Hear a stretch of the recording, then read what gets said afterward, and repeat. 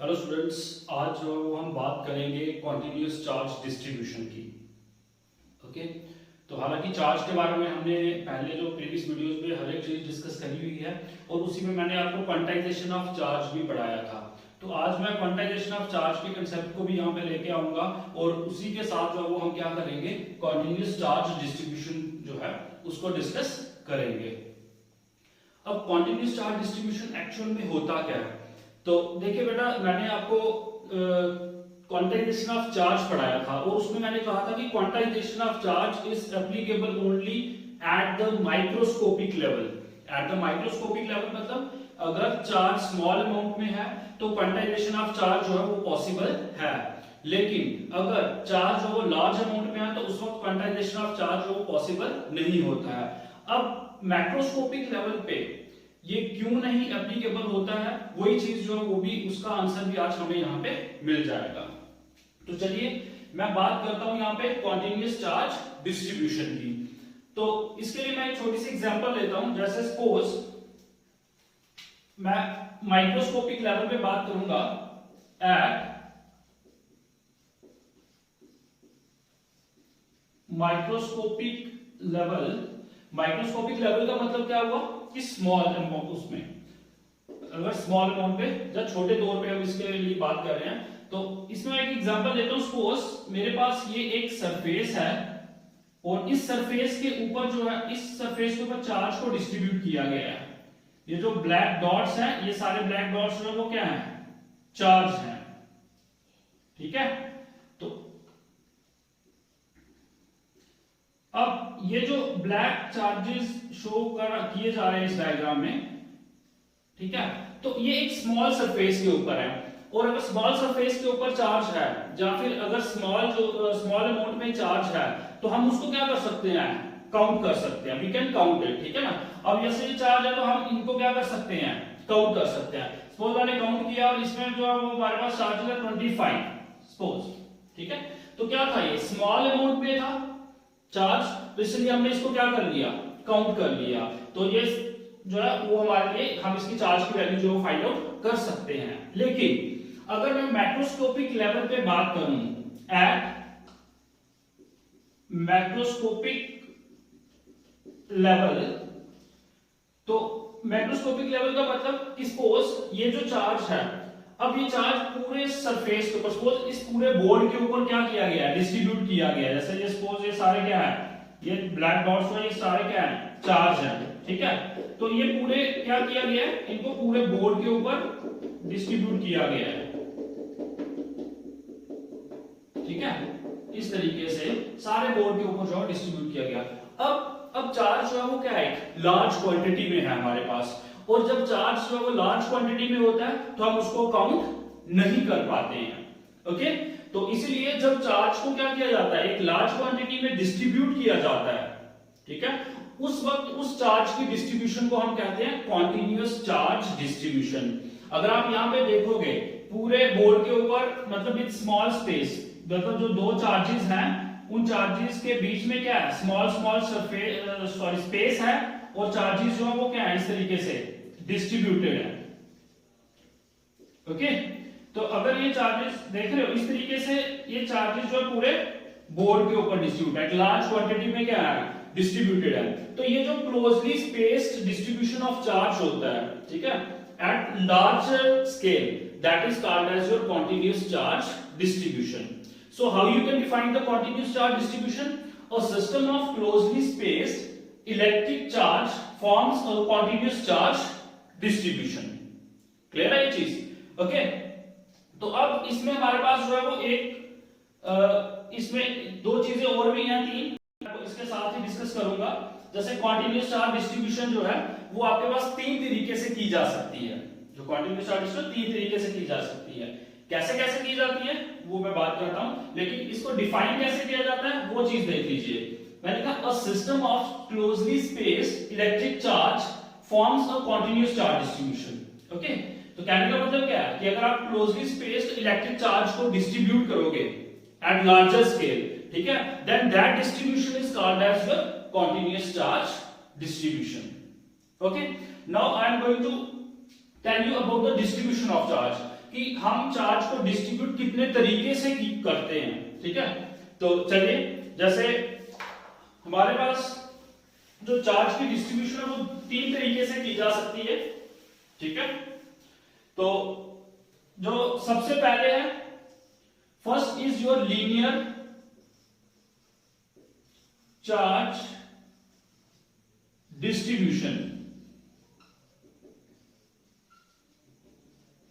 Okay. तो जो linear charge distribution है, लीनियर चार्ज डिस्ट्रीब्यूशन में कि अगर चार्ज को हम एक लाइन में डिस्ट्रीब्यूट करते हैं, ठीक है, तो उस डिस्ट्रीब्यूशन को हम क्या कहेंगे, linear charge distribution. For example, suppose मेरे पास कोई एक ये कंडक्टर है, ठीक है, तो इसकी लेंथ कितनी है, सपोज L लेंथ है इसकी, ओके। और इसके ऊपर अगर मैं चार्ज को क्या कर दूं, डिस्ट्रीब्यूट कर दूं लाइक दिस, तो चार्ज जो डिस्ट्रीब्यूट हुआ है वो क्या हुआ है, एक लाइन में हुआ है, ठीक है। तो this distribution of charge is called as your linear charge distribution, okay.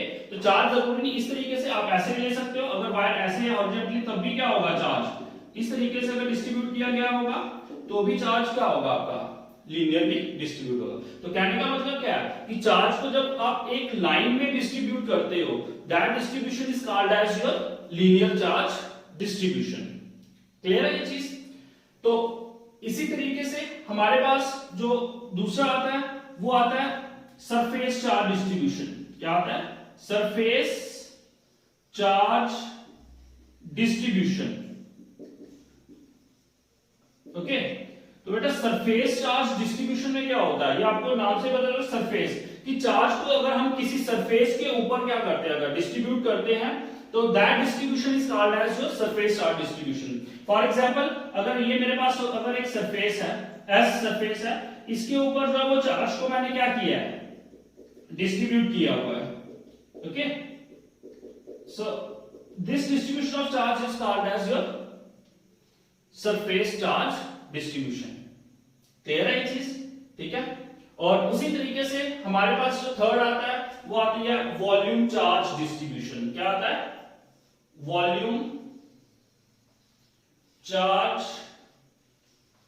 Distribution, okay. तो जो वॉल्यूम चार्ज डिस्ट्रीब्यूशन है हमारे पास, तो ये भी आपको पता चल रहा होगा, वॉल्यूम मतलब पूरे वॉल्यूम में कोई भी अगर कंटेनर है या कोई भी चीज कर सकते हो। जैसे मैं यहां पे ड्रॉ करता हूं, सपोज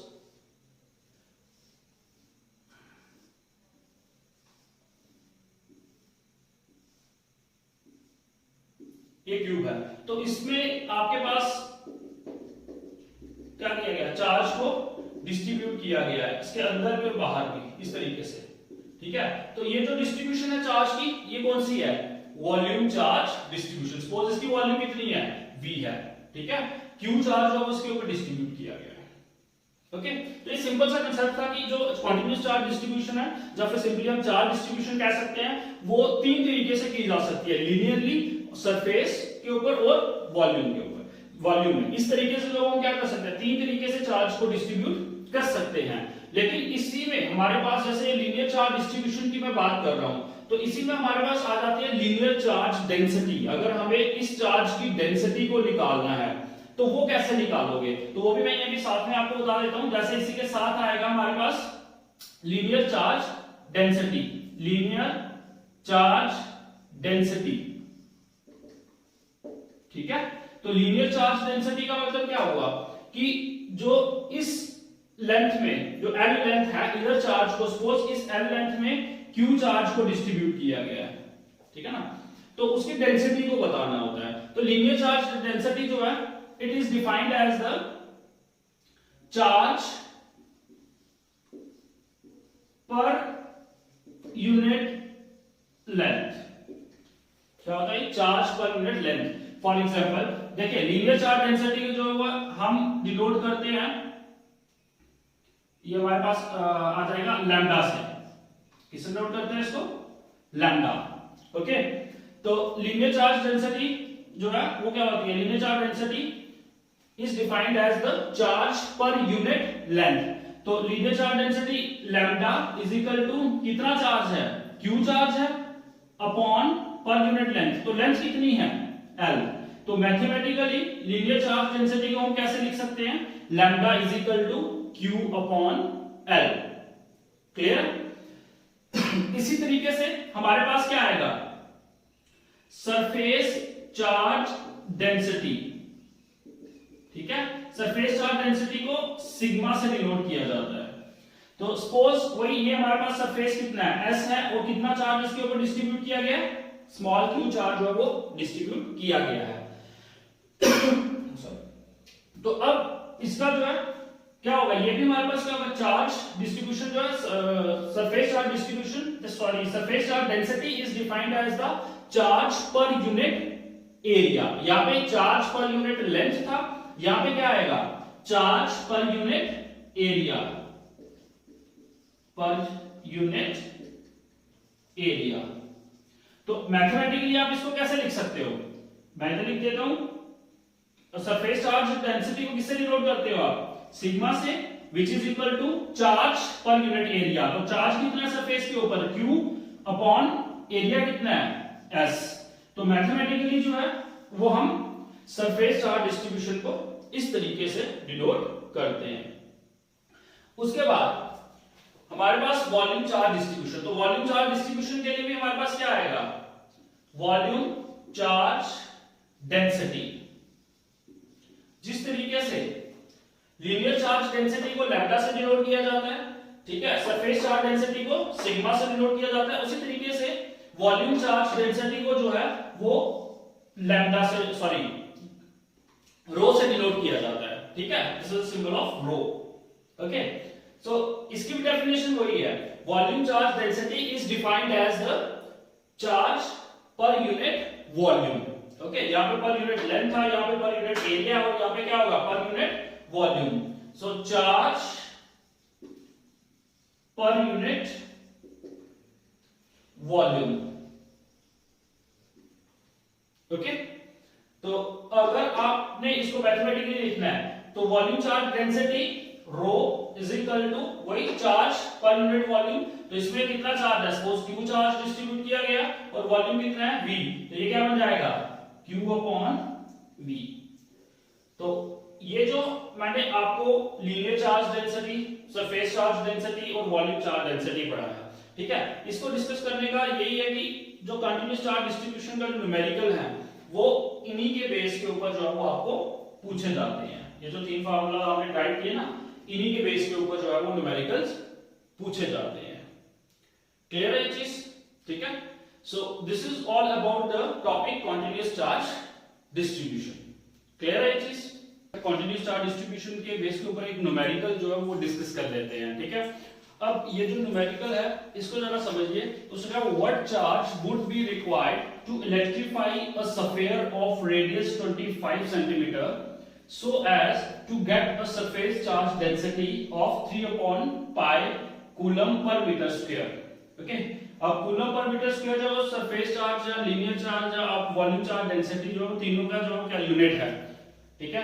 तो आपको पता है हमने लीनियर चार्ज डेंसिटी को निकाला हुआ है, उसका फार्मूला ये लिखा है मैंने, सरफेस चार्ज का ये लिखा हुआ है और वॉल्यूम चार्ज का डेंसिटी का ये फार्मूला लिखा हुआ है।